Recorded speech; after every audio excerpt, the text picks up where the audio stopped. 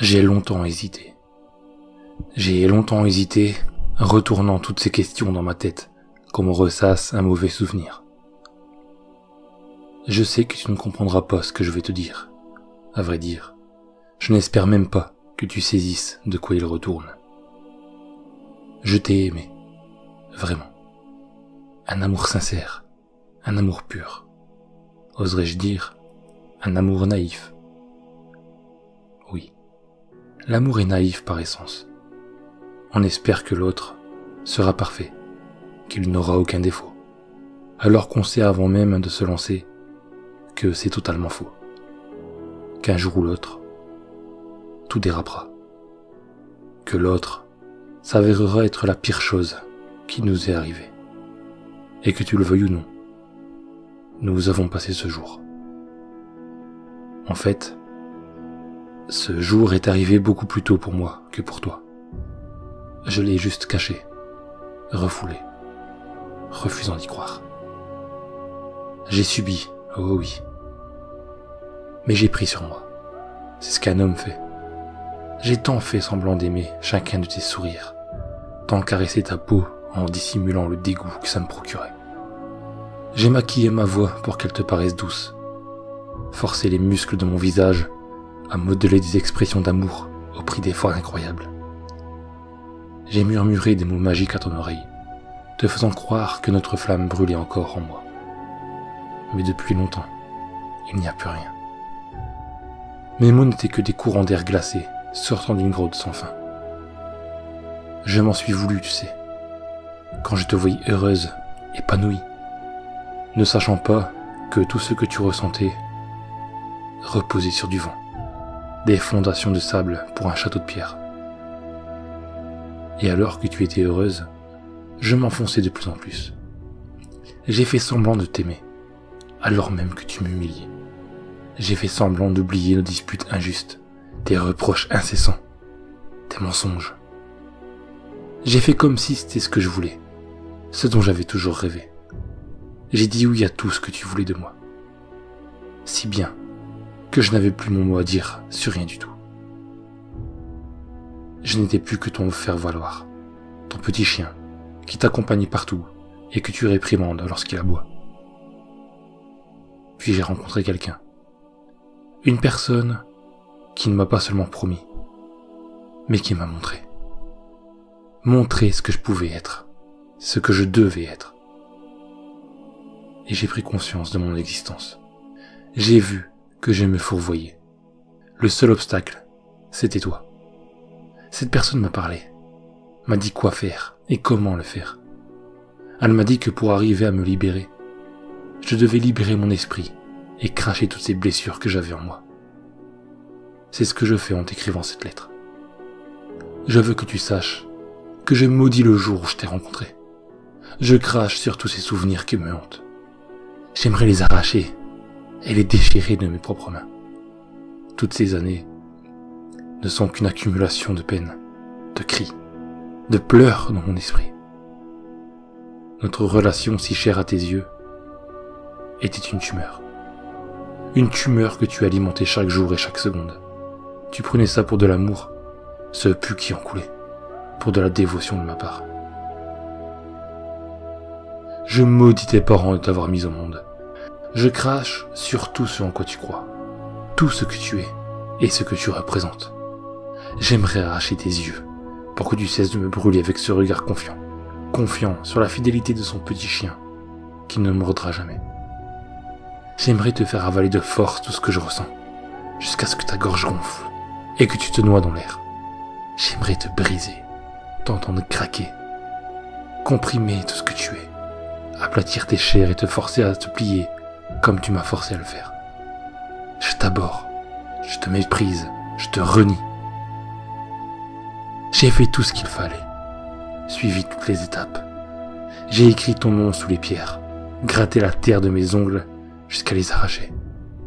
J'ai tracé les signes, récité les psaumes et les litanies. J'ai juré sur lui.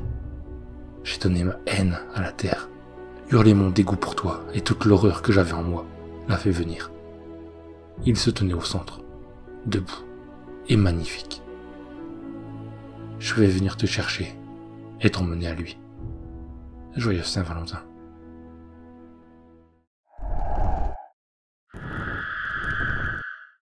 Ce qui m'a séduit en premier chez elle, c'était ses yeux. Je ne croyais pas à l'amour, mais la première fois où je regardais dans ses magnifiques yeux verts, j'ai su que c'était elle. J'adorais voir mon reflet dans ses yeux-là, chercher, au fond de son âme, et voir que j'y avais une place. C'est un peu stupide, mais j'avais même écrit des poèmes sur eux. Je ne me souviens plus exactement, mais je lui avais dit « Il y a tellement de vie dans tes yeux et d'amour. » Mon Dieu, j'adorais la façon dont la lumière dansait à l'intérieur d'eux. Je ne pourrais pas m'imaginer ne plus être capable de les regarder avec un air rêveur. Maintenant, si je pouvais juste trouver une boîte aussi belle que ses yeux, je pourrais arrêter de les transporter dans ma poche.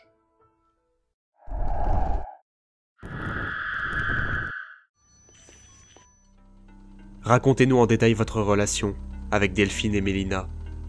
N'hésitez pas à dire tout ce que vous pouvez. J'ai vécu de merveilleux moments avec Delphine et Mélina. Je les ai aimées plus que tout. J'aurais tout fait pour elles. Elles étaient mes amours, ma femme et ma fille. Tout simplement, toute ma vie. Delphine, ma femme, était la plus belle femme au monde, la plus douce. Elle était parfaite.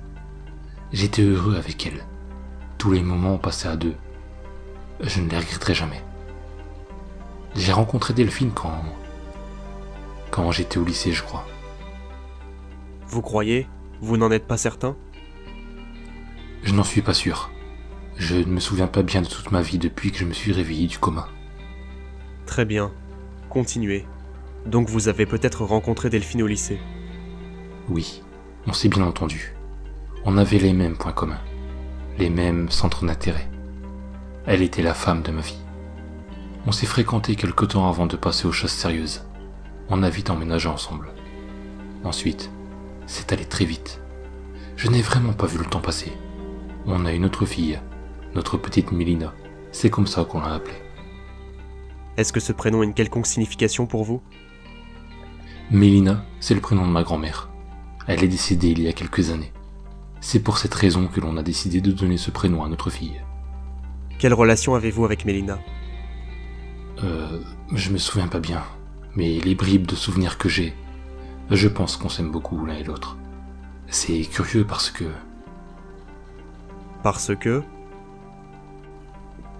j'ai l'impression que je ne l'ai pas vue grandir. Et je n'arrive pas à me souvenir d'elle petite. Mais quoi qu'il en soit, oui, je l'aime plus que tout. Je ferai tout pour elle. Vous feriez tout pour elle, mais vous en êtes-vous déjà occupé? Par exemple, l'avez-vous déjà conduit à l'école? Je ne sais plus, mais probablement oui, et j'imagine que oui. Vous imaginez. Vous n'êtes pas sûr. Je vous l'ai dit, depuis mon coma, je n'ai plus tous mes souvenirs. Mais je me connais. Je suis sûr que je m'en suis occupé. Je l'aime, vous comprenez? C'est ma fille. Monsieur, parlez-nous un peu de votre coma. Vous souvenez-vous de votre accident qui vous a conduit dans cet état? Non, je ne me souviens même pas d'avoir été dans le coma pendant 2 semaines. Je me suis réveillé un beau matin dans une chambre d'hôpital. C'est tout ce dont je me souviens. Je me souviens de ce médecin qui me disait des choses que je ne comprenais pas. C'est quand j'ai vu les infos à la télé que j'ai compris que j'ai bien été dans le coma pendant quelques jours, parce que la date que je pensais être n'était pas la bonne.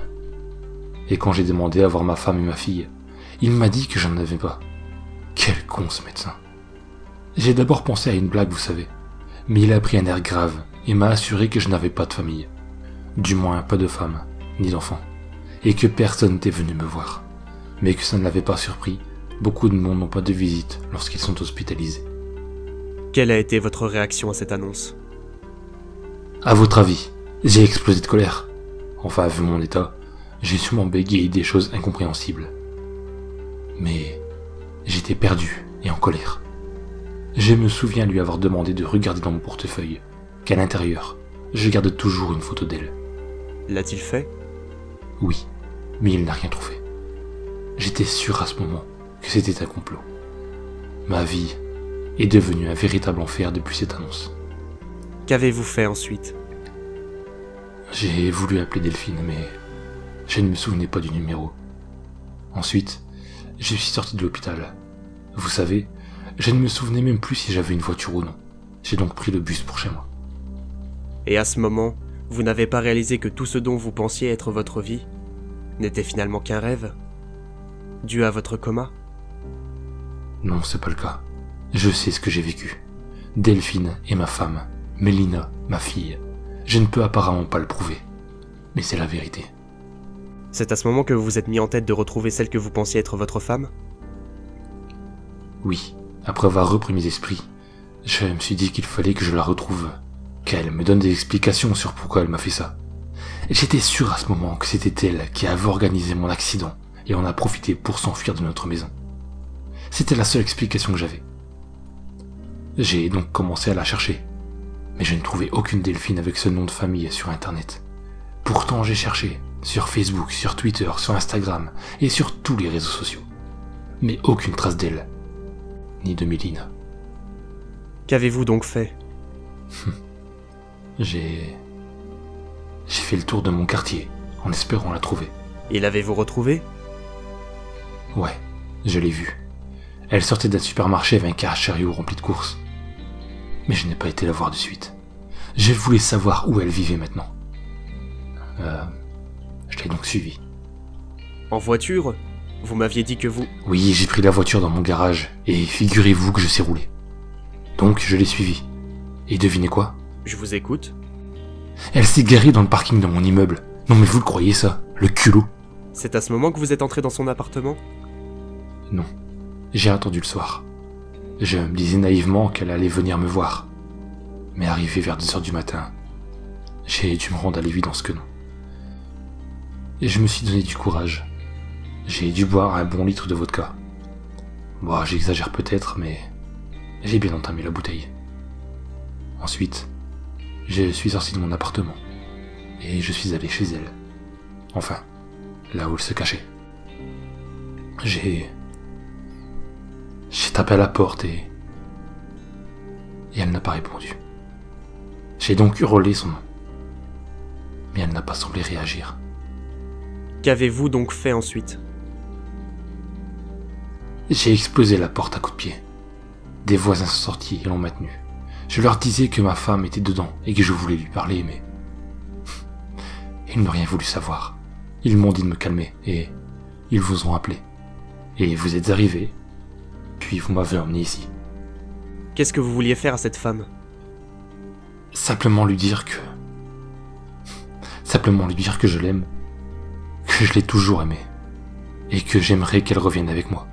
Vous savez, je ne suis pas quelqu'un de violent. Je sais que ce que j'ai fait hier, c'est mal. Mais je n'étais pas moi-même, j'étais perdu. Et aujourd'hui, avez-vous retrouvé vos esprits? Réfléchi à tout ça? Ouais. Il faut que je me calme, sinon elle ne reviendra jamais, ni ma fille. Monsieur, il faut que vous compreniez quelque chose.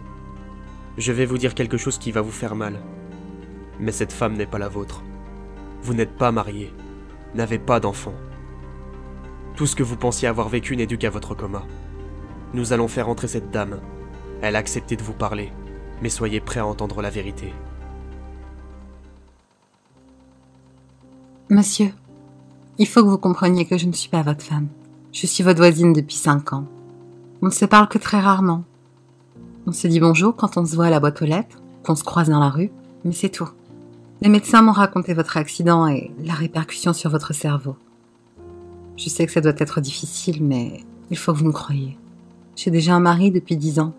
Regardez ma carte d'identité. Mais j'étais pourtant certain de... Et Mélina, enfin, cette fille. Je ne sais pas qui est cette fille. Vous l'avez peut-être croisée un jour et votre cerveau, lors de votre coma, s'est souvenu d'elle. Je ne sais pas. La seule chose que je vais vous demander, c'est de ne plus démolir ma porte. Je ne vais pas déposer plainte vu les circonstances. J'espère sincèrement que vous allez retrouver vos esprits. Je suis désolée. Vraiment. Moi aussi. toute cette vie que je pensais vraie, n'est qu'un rêve. Je peux dire que c'était le plus beau rêve que j'ai pu faire de toute ma vie.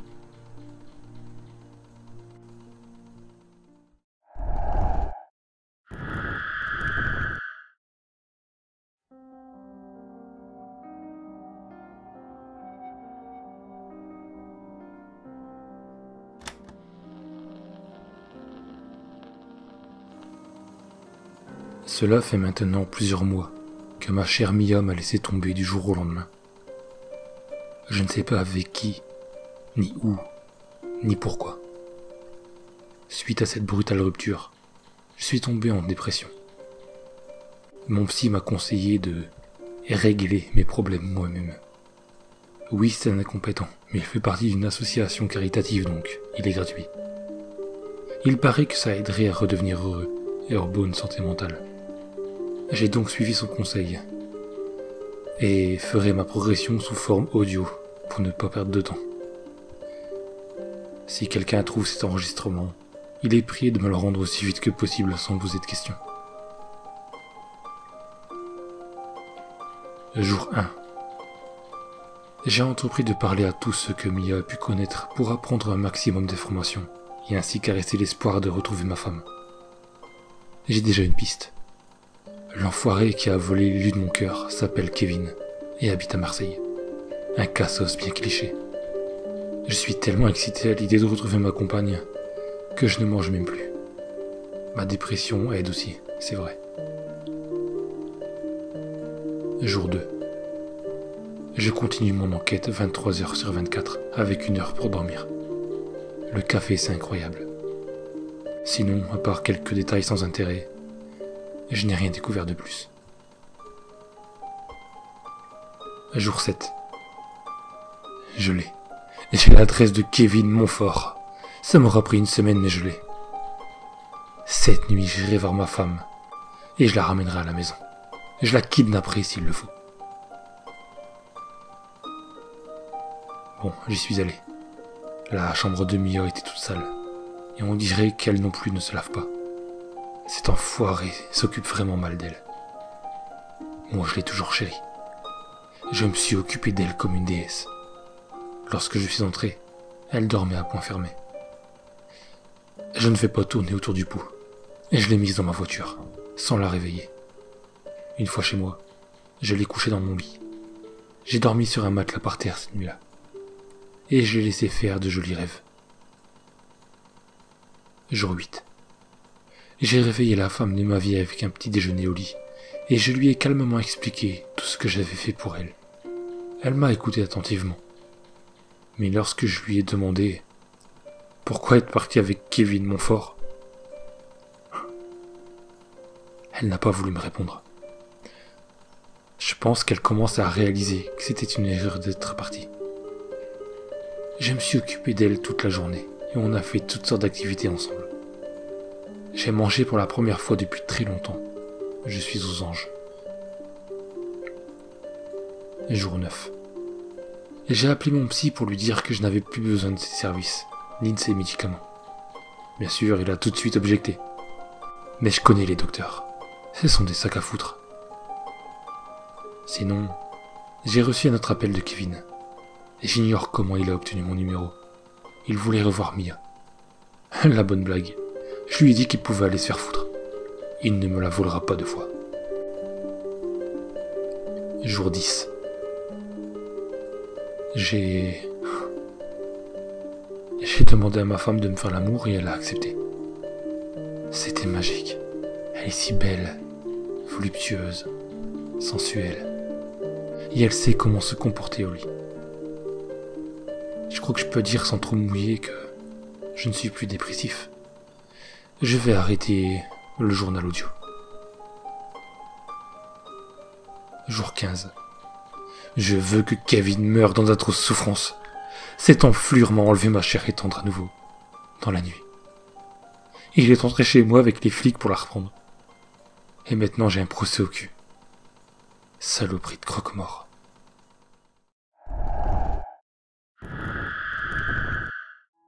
Je venais de sortir de l'université et d'accepter un emploi dans une compagnie d'assurance. C'est un travail qui nécessite peu d'interaction avec les autres. Je l'ai choisi à l'origine parce que je pensais que j'aimais être seul. Mais bon sang, plus maintenant. C'est assez loin de chez ma famille et je n'avais pas d'amis dans la région. Je ne pensais vraiment pas que ce serait un problème. Mais après 6 mois, c'est devenu insupportable. Une autre chose qui m'a dérangé était mon manque de vie amoureuse. J'avais toujours retardé la recherche d'une petite amie. Je le ferai plus tard, pensais-je, même si j'avais 23 ans et que je n'avais jamais eu de petite amie. Je commençais à en avoir marre et je voulais en trouver une. Alors, j'ai décidé de télécharger Tinder. J'en avais beaucoup entendu parler sur YouTube et Instagram. Une prémisse simple pour une application de rencontre. Balayez vers la droite sur ceux que vous aimez, balayez vers la gauche sur ceux que vous n'aimez pas. Si l'une des personnes sur lesquelles vous avez glissé directement a fait la même chose pour vous, vous pouvez discuter. Cela me semblait assez inoffensif, et je me disais que peut-être, je pourrais trouver une petite amie. Je l'ai téléchargé, j'ai mis mes meilleures photos, et j'ai écrit une biographie. Je ne mentirai pas, j'ai passé beaucoup de temps sur cette application dans les semaines qui ont suivi. Je balayais chaque fois que je pouvais. Certains comptes avaient des liens Instagram ou Snapchat. J'ai essayé d'envoyer un message aux filles que j'ai vues sur leur compte, mais je n'ai jamais obtenu de réponse. J'ai dû envoyer un message à 30 comptes de filles différents, mais rien. Je n'ai jamais eu de match ou de like non plus. J'ai cherché des astuces pour obtenir plus de matchs en ligne. Je les ai tous appliqués, mais ça n'a rien changé. Toujours pas de réponse. Je peux vous dire qu'à ce moment, ma confiance s'est volatilisée. Je me posais plein de questions. Étais-je moche? Tellement moche qu'aucune fille n'a balayé? Non. Peut-être étais-je trop difficile? Non, ça ne me ressemblait pas. Je ne pense pas que je suis moche. Surtout pas dans mes photos méticuleusement choisies, et je ne suis certainement pas trop pointilleux. J'ai toujours donné aux filles le bénéfice du doute, même si je n'aimais pas leur sourire ou si elles ne me semblaient pas être mon genre. Je n'ai pas glissé directement sur chaque profil, non, mais j'ai glissé à droite sur la plupart. Quelque chose qui me dérangeait encore plus que le fait de ne pas avoir de correspondance était le fait que je n'avais pas de like. Apparemment, vous pouvez voir le nombre de personnes qui vous ont glissé dessus, mais pour voir leur profil, vous aviez besoin d'un abonnement premium. Mais cela n'était pas pertinent, en raison du fait qu'il n'y avait aucun profil qui me glissait directement. J'ai été désespéré, et je n'ai pas honte d'admettre que j'ai commencé à faire des achats via l'application. J'ai dépensé au moins 100 $ pour obtenir toutes les fonctionnalités, et encore plus. Même avec cela, rien n'en est sorti. Mais alors que je commençais à perdre espoir, quelque chose s'est passé. Il était 3h du matin, un samedi. Je feuilletais Tinder, puis j'ai vu la plus belle fille que j'avais jamais vue sur l'application. Son nom était Alexandrie. Elle avait les cheveux roux flamboyants, longs et raides, un corps incroyable avec des courbes séduisantes et une peau blanche qui avait l'air sans défaut et très douce. Il y avait cependant quelque chose d'étrange chez elle. Ses yeux. Je ne les oublierai jamais. Ils étaient violets foncés. Même si cela avait l'air naturel, j'ai pensé qu'il s'agissait de lentilles de contact colorées. Sa bio disait « Balayez vers la droite pour être réconforté ». J'ai glissé vers la droite, et mon cœur s'est mis à battre rapidement, une fois que j'ai vu, pour la première fois, que j'avais eu un match. Et avec cette magnifique femme, j'ai cherché à envoyer un message. « Hé, je suis Sam. Je suis vraiment heureux de vous rencontrer. Vous êtes mon premier match. » La réponse fut immédiate. « Bonjour Sam, je suis Alexandrie. Je suis heureuse de vous rencontrer aussi. » Je n'arrivais pas à croire que cela se produisait. J'ai continué. « Vous êtes vraiment belle. »« Merci Sam, tu es très beau toi aussi. Aimes-tu mes yeux ?»« Ah ouais, portez-vous ces lentilles tout le temps ?»« Ce n'est pas des lentilles, c'est la couleur naturelle de mes yeux. » Je ne l'ai pas cru. Mais elle était sérieuse. Elle m'a dit que c'était extrêmement rare, mais que certaines personnes avaient une coloration étrange. Moins de 1% des enfants naissent avec des yeux violets, m'a-t-elle dit. Je ne savais pas si je devais la croire ou non, mais j'ai décidé d'ignorer et de ne pas faire de recherche, et j'ai continué. Il s'avère qu'Alexandrie était juste mon type. Drôle, honnête, intelligente et aventureuse. Nous avons bavardé pendant 4 heures d'affilée, avant que je ne m'endorme. Quand je me suis réveillé, nous avons décidé de nous retrouver le lendemain, dans un parc local de ma région. Je m'attendais à moitié à ce qu'elle soit un poisson-chat, ou un vieil homme en robe et perruque, ou quelque chose de fou comme ça. Mais non, elle était là, et elle était encore plus belle dans la vraie vie. Nous nous sommes promenés et avons eu une excellente conversation. Et pour la première fois de ma vie, j'ai embrassé une fille sur les lèvres. Ce fut le plus beau jour de ma vie. Je le savais que je devais être avec elle. J'avais besoin d'elle. C'était vraiment la femme de ma vie. Nous avons commencé à sortir ensemble. Ma famille a été tellement impressionnée par elle lorsque je l'ai présentée quand elle est venue avec moi pour les vacances. Ils ont été époustouflés par sa beauté et son charme. Il semblait que partout où Alexandrie allait, elle mettait des sourires sur le visage des gens. Mon père m'a tapoté dans le dos et m'a dit que j'avais trouvé une perle rare. Je n'appréciais pas trop la contribution de ma famille, leurs commentaires, etc. Mais cela semblait juste cimenter dans ma tête à quel point Alexandrie était parfaite pour moi. J'ai toujours voulu rencontrer la famille d'Alexandrie aussi, mais elle m'a toujours dit que je le ferais un jour dans le futur. Je n'ai rien trouvé sur sa famille. Elle n'avait pas de frère ni de sœur, et elle ne m'a jamais parlé de ses parents. Je voulais savoir, mais je ne voulais pas la contrarier, donc je n'ai jamais insisté. Environ 4 mois après notre rencontre, Alexandrie a emménagé avec moi, et tout était parfait pendant quelques mois. Ensuite, j'ai eu un problème au niveau des poumons. J'avais l'impression qu'ils étaient lourds et encombrés. J'avais beaucoup de mal à respirer, et aussi, je crachais du sang de temps en temps. Quand j'en ai parlé à Alexandrie, elle n'avait pas eu l'air inquiète ou contrariée. J'ai trouvé ça bizarre, mais j'aurais pu jurer qu'elle avait l'air plutôt déçue. Je suis allé chez le médecin.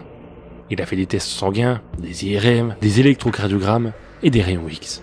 Mais rien ne semblait aller de travers. Sauf une chose. Mes poumons étaient beaucoup plus faibles qu'ils ne devraient l'être pour une personne de mon âge sans antécédents de problèmes pulmonaires. Il ne pouvait rien faire, à part me donner quelques médicaments pour la douleur, et il m'a dit d'aller aux urgences si cela allait vraiment mal. J'étais inquiet, mais j'ai continué ma vie. Mes poumons étaient une nuisance. Je ne pouvais plus ni courir, ni faire de longues marches comme j'aimais le faire. Mais j'ai commencé à m'adapter à ma nouvelle condition. Puis finalement, j'ai commencé à me fatiguer plus facilement, même si je ne faisais rien. Les choses ont empiré quand Alexandrie a commencé à travailler davantage. Quelque chose n'allait pas avec elle. Elle ne me parlait plus comme avant. Elle ne me faisait plus attention à moi. Elle travaillait de plus en plus tard. Normalement, je dormais quand elle rentrait à la maison. Mais une nuit, je ne pouvais pas dormir, et je l'ai entendue rentrer. Elle est allée dans la cuisine, et on aurait dit qu'il y avait quelqu'un d'autre avec elle. Je me suis retourné dans mon lit pour essayer de mieux écouter. Voici ce que j'ai entendu. Il n'a pas duré aussi longtemps que je m'y attendais. Puis, une voix profonde a répondu. « Ouais, j'ose dire qu'il ne me reste plus que quelques jours. Que vais-je faire une fois qu'il mourra ? Enfant de patience, nous pouvons compléter notre forme de vie pour que vous vous nourrissiez. Est-ce que Claire travaille à trouver le remplaçant ? Oui, nous en avons quelques-uns. » Ils ont continué à chuchoter, mais je n'ai pas pris la peine d'écouter. Je me suis endormi, j'étais trop faible pour y penser. Mais le lendemain, je me suis souvenu de la conversation qu'Alexandrie avait eue la nuit précédente. Je pensais que c'était peut-être un rêve, mais je savais que ce n'était pas le cas. Je savais que mon heure arrivait. J'enregistre ceci avant de mourir. Je ne sais pas ce qu'est Alexandrie, mais j'aimerais que nous ne nous soyons jamais rencontrés. Tout ce que je peux dire, c'est que si vous voyez une fille aux yeux violets sur Tinder, ne glissez pas vers la droite.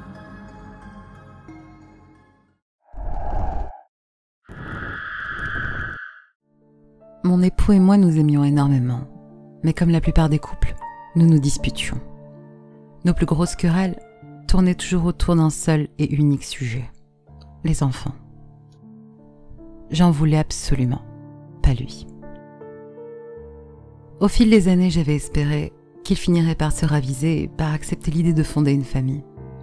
Mais il est resté têtu et n'a pas voulu changer d'avis.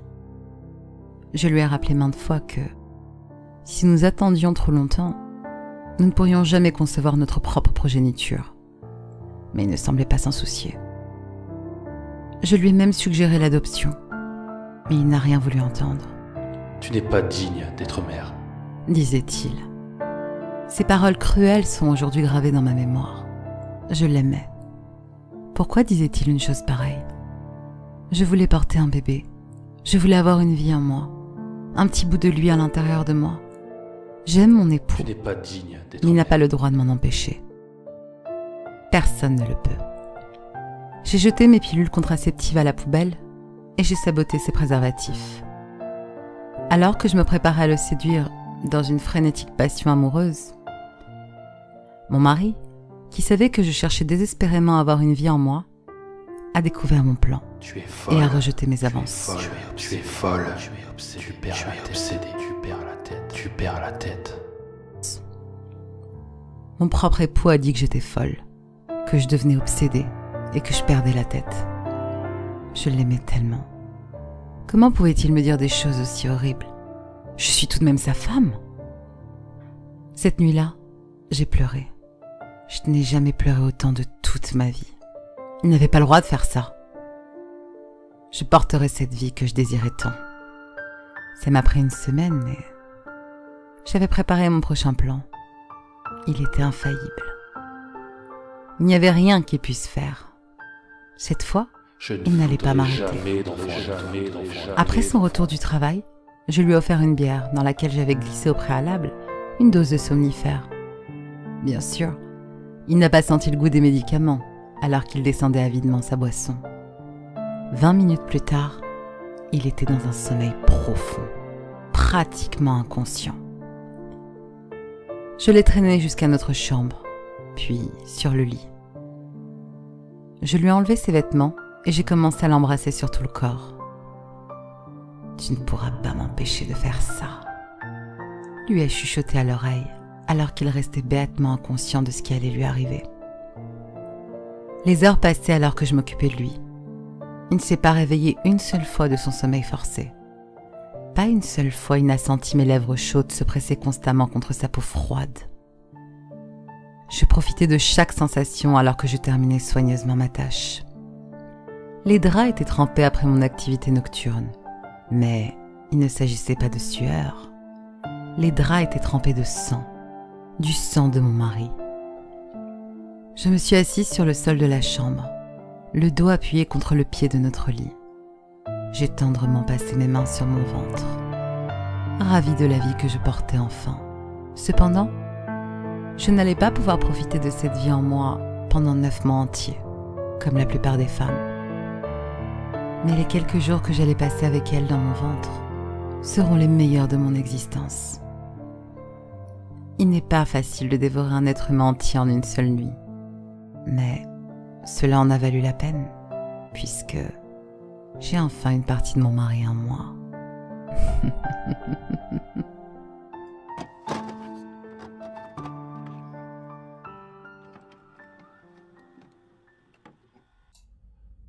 Avez-vous déjà eu l'impression que vous n'étiez pas seul la nuit dans votre chambre? Moi oui, tous les jours. Parfois, je vois une ombre du coin de l'œil, une ombre rapide et agile. Sur des photos, une ombre étrange est visible sous mon lit. Lorsque je me promène, il m'arrive de voir une seconde ombre sur le sol. La nuit, j'entends des pas sur le parquet de ma chambre. Cette ombre est partout où je vais, partout où je regarde. J'ai beau essayer de l'oublier, elle est toujours là, et je sais au fond de moi qu'elle sera toujours là. Je ne sais pas ce que c'est, mais à vrai dire, je n'en ai pas grand-chose à faire. En fait, si j'écris ceci, c'est car elle est devenue violente, et que ma mère et ma sœur, vivant dans ma maison, ne me prennent pas au sérieux. Je vais donc écrire un journal pour noter tous les événements étranges à partir de ce jour. Jour 1. Aujourd'hui, j'ai retrouvé mes rats étripés. Les tripes étaient enroulées autour du cou et attachées sur le haut de la cage. On croirait qu'ils s'étaient pendus. Lorsque j'ai tout expliqué à ma mère, elle ne m'a pas écouté. Pourtant, une histoire de rats étripés, ça attire l'attention. Puis j'ai sauvé mon chien dont le collier était bloqué dans les escaliers. Il a failli mourir pendu par le collier. Le reste de la journée s'est bien passé, mis à part cette ombre qui me suit toujours. Jour 2. Aujourd'hui, j'ai entendu des bruits de fracas dans ma chambre. J'ai couru vers ma chambre, mais la porte s'est refermée sur moi et je n'arrivais plus à l'ouvrir. Plus tard, une ombre est passée sous la porte et j'ai enfin réussi à l'ouvrir. Ce que j'ai vu m'a dérangé. Tout ce qui était dans ma chambre avait été déplacé. Mon pantin de bureau était pendu par les câbles de mon ordinateur, de même que mon traversin pendu au plafond par un foulard. Ma télévision, je vais devoir la changer. Écran brisé, plastique arraché, et le reste avait été jeté sur le sol. J'ai peur. J'ai demandé à ma sœur si elle n'avait rien remarqué d'étrange. Elle a souri, et m'a répondu que rien ne pourrait aller aussi bien. Jour 3. Aujourd'hui fut une journée calme, même si elle n'est pas finie. Mon ombre, ce n'est pas la mienne, elle paraît plus triste. Une voix résonne dans ma tête, elle me dit « Complète l'ombre. » Je ne comprends pas. Ma sœur et ma mère sont étranges, elles ne m'adressent plus la parole et ne sont pas souvent séparées. Jour 4. Aujourd'hui, j'ai entendu des bruits au rez-de-chaussée. Je suis descendu. J'ai vu une corde et un tabouret au milieu de mon salon. Sur le mur était écrit en noir « Complète l'ombre. » J'ai compris. L'ombre de cette corde et de ce tabouret était incomplète. Il y manquait quelqu'un. Peu après, je me suis enfermé dans ma chambre en allumant un maximum de lumière. Et puis, je suis ici en train d'écrire ce qu'il m'arrive. D'ici un quart d'heure, je vais descendre en espérant que tout ait disparu. Soir du jour 4. Rien n'a disparu. La phrase « complète l'ombre » est écrite sur tous les murs de la maison. Maintenant, cette phrase tourne sans cesse dans ma tête. J'entends des pas et je distingue une ombre sous la porte de ma chambre. Je veux partir, mais ma conscience me dit de rester pour accomplir ce que j'ai à faire. Je n'ai pas d'autre solution. Je dois compléter cette ombre et mettre fin à tout ça. Je sais ce que je dois faire, mais je le ferai plus tard. Pour l'heure, je dois savoir où sont parties ma sœur et ma mère.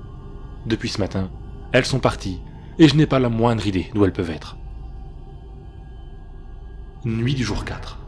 Je viens d'être réveillé par des bruits dans les escaliers. J'ai vu l'ombre de ma sœur monter vers le grenier avec un tabouret dans les mains. Je suis descendu au rez-de-chaussée. Il n'y avait ni corde, ni tabouret, et les écritures n'étaient plus là. Je reste perplexe. Serait-ce ma sœur derrière tout ça? Mais pourquoi? Je vais la prendre sur le fait, monter au grenier et essayer de comprendre cette histoire. Matin du jour 5. J'ai passé la nuit dans le grenier pour essayer de comprendre ce qu'il y avait là-haut. Ma sœur et ma mère, toutes deux pendues l'une à côté de l'autre, et l'inscription « Complète l'ombre. » était écrite sur les murs. Une corde et un tabouret étaient juste à côté d'eux. Je ne me sens pas bien. J'ai la tête qui tourne, je les vois. Leurs ombres sont tristes. Elles veulent que je les rejoigne. Les ombres bougent. Les rats, le pendu, ma mère, ma sœur. Chacune a son rôle. Chacune doit trouver quelqu'un. Chacune doit l'emporter. À mon tour maintenant de trouver quelqu'un, d'être l'ombre du pendu.